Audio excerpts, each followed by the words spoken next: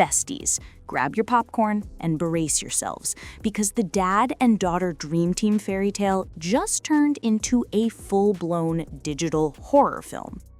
Patrick Getchell, the man who once built his brand around wholesome family fun, is now at the center of one of the internet's most jaw-dropping scandals. The internet isn't just watching, it's dissecting, documenting, and absolutely spiraling. It all started with whispers, the kind you scroll right past at first. But those whispers turned into a roar when people started connecting dots that painted a seriously disturbing picture. For months, Patrick brushed off every rumor, claiming it was fake news, misunderstandings, and online hate. Except the evidence didn't agree. Screenshots, email trails, timestamps, like puzzle pieces falling perfectly into place, all leading back to him. It wasn't speculation anymore. It looked like confession season had arrived. And, it gets darker. Out of nowhere, an AI-generated account pops up posting explicit and seriously unsettling content. And we're talking about stuff that crossed every line imaginable. The more people dug, the clearer it seemed this wasn't just some random AI project. This account looked connected to Patrick himself. Same digital signatures, voice patterns matching his old videos, and even overlapping email details that fans claimed linked directly to him. Then, just when everyone thought that was the big reveal, things got creepier. Another account is discovered on a different platform, allegedly posting fictional father-daughter stories that suspiciously mirrored Patrick and Sarah's past TikTok videos. Yes, those videos.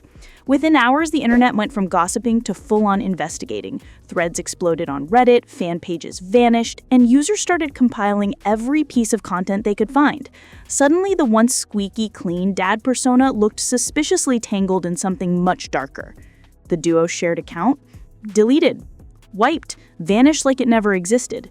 Sarah kept her solo TikTok and claimed she had moved out and was staying in an extended stay hotel to start over. I was trying to be nice.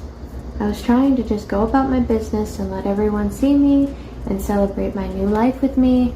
I didn't want to be a bitch, but apparently that's what everyone wants to see. So guess what? In the words of Matilda, no more Miss Nice Girl.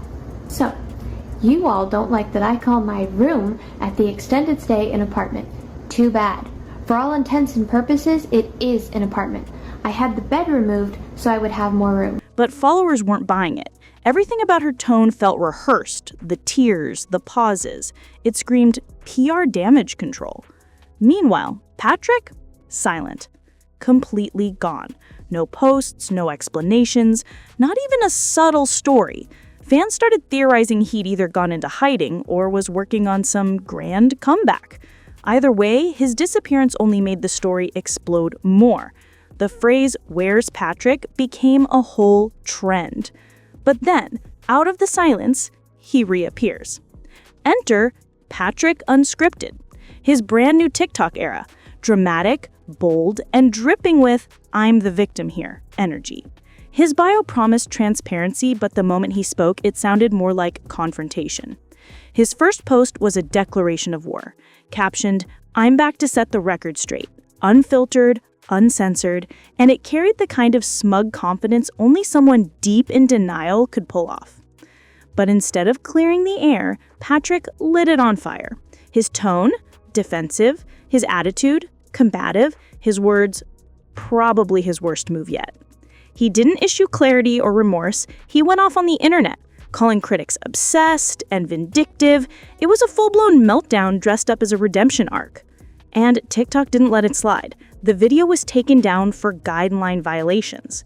Patrick responded with another video claiming the platform was silencing him because they didn't want him to expose the truth. Okay, so I'll get to this comment in a minute, the one I put at the beginning of the video. Couldn't get that on TikTok because it's gone. Don't know why. I didn't delete it. TikTok may have filtered it, but it's not my filtered comments. I don't know where it went, but I pulled this off Reddit so that I could respond to this guy. I won't say the other word because that's what got my last video in trouble. I was a little too forceful in my last video, so TikTok literally would not push it to the For You page at all, and eventually ended up taking it down themselves because it was a little too forceful. I got a little too heated, and I apologize. I shouldn't have. It really doesn't help matters any, throwing all that out there like that in that tone. I was a little peeved, obviously. So, that's not what this channel is about. This channel is about taking these, Besties, that's not censorship. That's moderation. The internet responded the way the internet always does, with memes, stitches, and relentless commentary. Instead of fixing his reputation, Patrick turned his comeback into content gold for every gossip creator online. Then came his infamous proof video, a 16-minute chaotic ramble where he tried to disprove the evidence against him. He accused the internet of mixing him up with some random guy from a 12-year-old YouTube channel, claimed people were hearing voices that weren't his, and presented his career timeline like an alibi. He emphasized he officially started his content journey in 2018 with a horror-themed gaming channel, basically saying, see, that other stuff couldn't be me. But the public wasn't convinced. The digital receipts tied to his current email told a different story. And now, everywhere you look online, TikTok threads, gossip blogs, reaction videos, everyone's talking about Patrick's fall of grace. His once beloved dad and daughter dream team image has imploded under the weight of its own secrets. What was once adorable and relatable has turned eerie and uncomfortable. And what followed next was equal parts tragedy, comedy, and pure chaos. The kind of chaos that leaves the internet blinking at their screens like, this can't be real. But oh, it was. So picture this. Patrick's sitting there, ranting into the camera, and out of nowhere he says, the only reason people think the AI account is mine is because it liked Monster Hunter. And I like Monster Hunter. Sir, that's not a defense, that's a reach. That's like saying, we both breathe oxygen, so how could it be me? Be serious, Patrick. Be so serious. Then he tries to flip the logic, saying, if I was hiding something, why would Sarah use a song from that account? Maybe because he underestimated the internet's PhD in sleuthing. These TikTok detectives can find your deleted MySpace with 3 pixels, a screenshot, and pure pettiness. And honestly, watching him spiral was like watching a one-man courtroom drama with no defense attorney. He's pacing in his videos like his phone owes him rent, arguing with himself, and losing. The top comment nailed it. This man's having a debate with his own conscience. You could almost hear the internet collectively sigh, "Oh, Patrick." Then, as if he wasn't digging deep enough, Patrick says, the only reason people think the AI account is mine is because it liked Monster Hunter. Bestie, that's actually exactly what you did, except for your Venmo and Velo trails, which he accidentally left open for everyone to see. Who in 2025 forgets to clean up their Venmo? It's like leaving fingerprints at the scene. At that point, his defense wasn't falling apart. It was vaporizing in real time. But instead of accountability, he switched lanes to the classic victim narrative. He starts saying he's being bullied for how he looks. Patrick, no one's talking about your jawline. They're talking about your actions. The internet isn't roasting your outfit, it's calling out your misconduct. And then, brace yourselves. He says even if this went to court, the evidence wouldn't stand. Sir, you just gave If I Did It by O.J. Simpson, but make it TikTok. You sound like your own imaginary lawyer on a live stream. And just when fans were about to scroll away in exhaustion, Patrick drops his plot twist.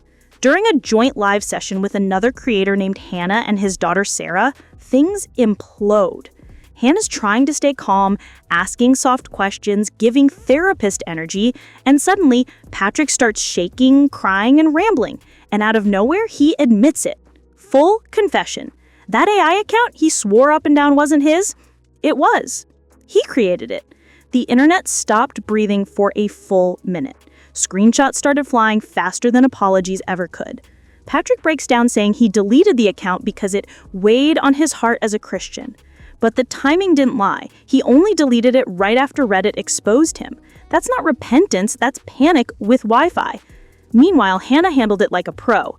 Calm, composed, letting him talk himself straight into a headline. It was like watching a slow-motion car accident. You didn't want to look, but you physically couldn't look away. When he finally said the words, "Yes, I made that AI account," the internet erupted. Comment sections turned into confetti. People were screaming, "We knew it!" It was poetic cinema. The villain became his own exposé. And yet, in classic Patrick fashion, he tried to clean it up immediately after. He posted another video saying, "Yes, I made that one AI account, but not the other one." As if splitting digital hairs at this point would fix anything. Bestie, one is more than enough. You don't get redemption points for half a confession. Then came the excuse no one asked for. Patrick claimed it was supposed to be a fun AI project. You know, like coding, except it somehow spiraled into father-daughter fantasy content. The way he described it was so casual, like he was talking about an overbaked cookie batch, not one of the most disturbing scandals TikTok's seen all year. Yeah, I just wanted to experiment with AI, and oops, it got explicit. No, Patrick, AI didn't oops into that content. That's not a glitch, that's intent. Then he pulled a full influencer repentance arc, saying he'd already asked God, his family, and even his fans for forgiveness long ago. Except, sir, forgiveness isn't an auto-renewal subscription, especially not when the content you created literally traumatized people. He even doubled down by saying he only hesitated to come forward because he didn't want Reddit linking him to the other account, which, by the way, used the same email. Same writing style, same tone, the internet didn't guess, it matched files. By the time Patrick was done talking, his credibility had crumbled faster than a 2012 iPhone case. Then, just when people thought they'd heard it all, he announces he's moving on to cooking content. Cooking content. As if sizzling pans could drown out scandal. He claims he'll shut off comments soon because he's tired of the rumors. Translation, he's tired of being held accountable. But the internet doesn't forget, not when your confession broke the web. His rebrand feels like denial in an apron, and fans aren't fooled. The dad and daughter Dream Team brand is officially toast, and now every piece of their old content feels a little too eerie, a little too rehearsed. Let's call this what it really is. Not some brave confession, not some teary-eyed redemption arc, but straight up exposure.